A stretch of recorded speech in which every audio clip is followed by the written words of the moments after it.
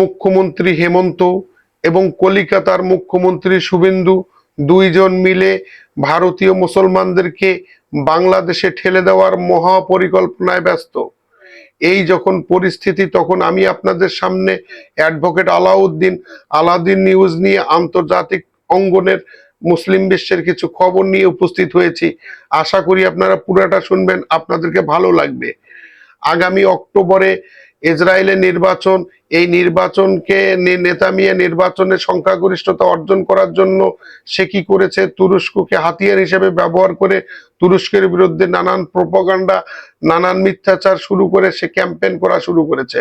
সম্মানিত উপস্থিত ভাই বোন বন্ধুরা, নতুন করে এই দখলদার রাষ্ট্রের রাজা নেতানিয়াহু সে সিরিয়া আক্রমণ করেছে এবং দুইজনকে আজকে হত্যা করে ফেলেছে এবং আমেরিকার কাছ থেকে গাজায় পুনরায় আক্রমণ করার অনুমতি চেয়েছে।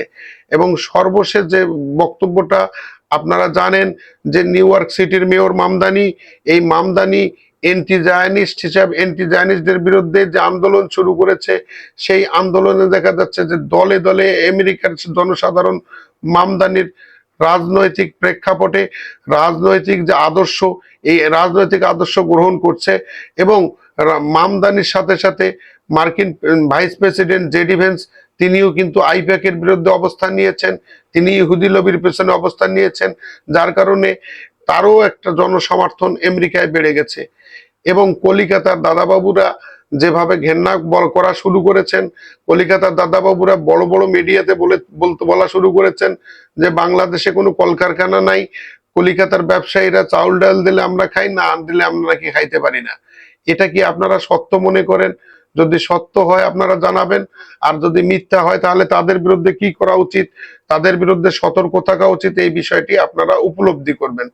সম্মানিত উপস্থিত ভাই বোন বন্ধুরা, সিরিয়ার যে প্রেসিডেন্ট আছে, সিরিয়ার প্রেসিডেন্ট জোলানি বলেছে সিরিয়ার পবিত্র ভূমি বলতে সিরিয়ার ভূমিটা শামের ভূমি, এই শামের পবিত্র ভূমিকে 1 ইঞ্চি মাটিও দখলদার রাষ্ট্রের দখলদারিত্ব মেনে নেবে না।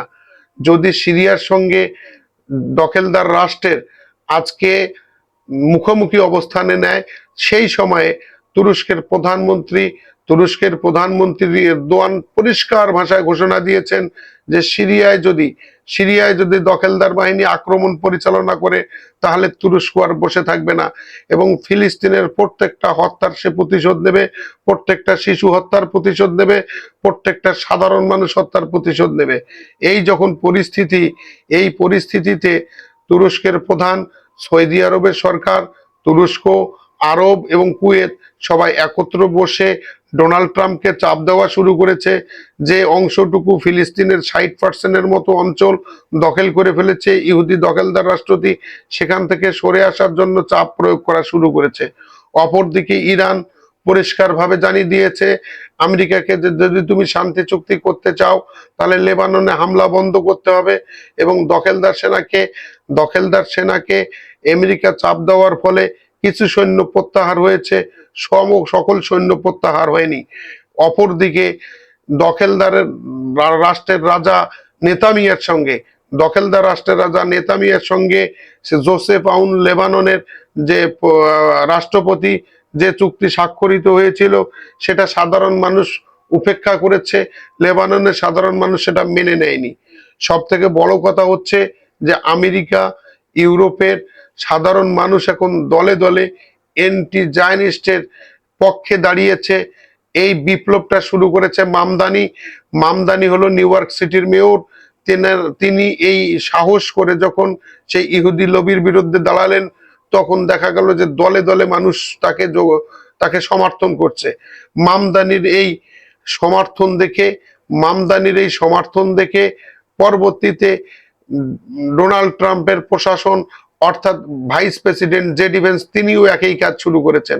এখন আমেরিকায় এরকম একটা পরিস্থিতি, ইহুদিদের বিপক্ষে কথা বললেই জনসমর্থন বেশি পাওয়া যাচ্ছে এবং জার্মান তুরস্ক থেকে কোনো অস্ত্র আমদানি নিষেধাজ্ঞা দিয়েছিল, সেই জার্মান তুরস্ককে অনুরোধ করা শুরু করেছে যে আমরা আপনাদেরকে অস্ত্র কিনবো।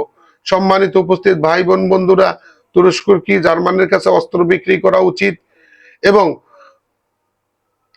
আমেরিকায় যে বিপ্লব শুরু হয়েছে একজন মুসলমান নেতা মামদানির নেতৃত্বে, আগামী দিনে আমেরিকায় কি পরিস্থিতি হবে, পাকিস্তান, তুরস্ক, আরব এবং কুয়েত ও ফিলিস্তিনের বিষয়টি নিয়ে যে ডোনাল্ড ট্রাম্পের কাছে চাপ দিয়েছে যে সৈন্যকে প্রত্যাহার করবে, এর বিষয়টি নিয়ে কি হবে, নতুন করে ইরান যে আমেরিকাকে শান্তি চুক্তির শর্ত হিসাবে লেবানন থেকে সৈন্য প্রত্যাহার করার জন্য বলছে, যদি সৈন্য প্রত্যাহার না করে তাহলে কি হবে।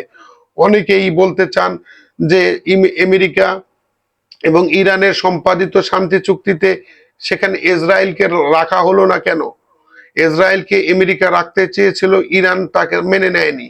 ইরানের বক্তব্য হচ্ছে তারা ইসরায়েল নামের কোন রাষ্ট্রের অস্তিত্বকে স্বীকার করেন না, ইসরায়েল নামে কোন রাষ্ট্র পৃথিবীতে আছে এইটা ইরান স্বীকার করেন না, সেহেতু তাদেরকে চুক্তির পার্ট ইরান করতে চায়নি। আমেরিকার শত অনুরোধ উপেক্ষা করে পরিষ্কারভাবে বলেছে যে আমরা দখলদার রাষ্ট্র ইসরায়েলকে নিজেরাই স্বীকার করি না, তাদের মধ্যে চুক্তির মধ্যে যদি তারা পার্ট হয়ে যায় তাহলে সেটা এডমিশন হবে, তাদেরকে স্বীকার করা হবে, প্রয়োজন নেই। আপনি যদি যুদ্ধ থামাতে না পারেন, ডোনাল্ড ট্রাম্পকে পরিষ্কার বলেছে যে আপনি যদি যুদ্ধ থামাতে না পারেন আপনি সরে যান, আমরাই থামাবো। এই রকম যখন পরিস্থিতি, তখন আন্তর্জাতিক অঙ্গনে একটা থই অবস্থা বিরাজ করছে। বাংলাদেশে নতুন করে একটা চক্রান্ত শুরু হয়েছে।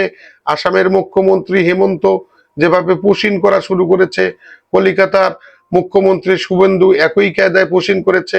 কলিকাতার মুখ্যমন্ত্রী শুভেন্দু বাবু তিনি দাবি করেছেন যে যে সমস্ত মুসলমান আধার কার্ডের সমর্থনে কোনো জমির কাগজ এবং পূর্বপুরুষের পরিচয় আমাদেরকে দেখাতে পারবে না, তাদেরকে বাংলাদেশে ফেরত পাঠা হবে। আমি দাবি করি শুভেন্দু বাবু, আপনি ভালো করে খোঁজ নিয়ে দেখেন, আপনার জন্ম বরিশালে, আপনি তো নিজেই একজন বাংলাদেশী, অথচ কলিকাতার মুখ্যমন্ত্রী হিসেবে আছেন। তাহলে ভারতবাসী আগে আপনাকে বরিশালে ঠেলে দেও, আর বরিশাল সহ আমরা আপনার এই পুশিন আটকে যাবে। সম্মানিত ভাই বোন বন্ধুরা, শুভেন্দু, আসামের মুখ্যমন্ত্রী নরেন্দ্র মোদী এবং নেতা মিয়া, এই সবার বিরুদ্ধে আমাদেরকে সতর্ক থাকতে হবে। এবং শাম বলতে সিরিয়ার ভূমি, লেবাননের ভূমি, আল আকসার ভূমি এবং ফিলিস্তিনের ভূমিকে রক্ষার জন্য আমাদেরকে সতর্ক থাকতে হবে এবং ইহুদি এবং উগ্র হিন্দু গোষ্ঠীকে বিষয়ে আমাদেরকে সতর্ক থাকতে হবে। এই বলে আমি এরদোয়ানকে আবারও সালাম জানাই যে এরদোয়ান আজকে পরিষ্কার ভাষায় বলেছে যে ফিলিস্তিনের প্রত্যেকটা হত্যার প্রতিশোধ নেওয়া হবে। সিরিয়ার দিকে যদি আক্রমণ চালায় সেই দখলদার রাষ্ট্রটি তা শক্তিশালীভাবে প্রতিহত করা হবে। সম্মানিত ভাই বোন বন্ধুরা, আপনারা আমার চ্যানেলটাকে সাবস্ক্রাইব করবেন, লাইক করবেন, শেয়ার দেবেন। আমার কোনো তথ্য ভুল থাকলে সেটা কমেন্টে জানাবেন, আমি কারেকশন করব। আসসালামু আলাইকুম রহমতুল্লাহ।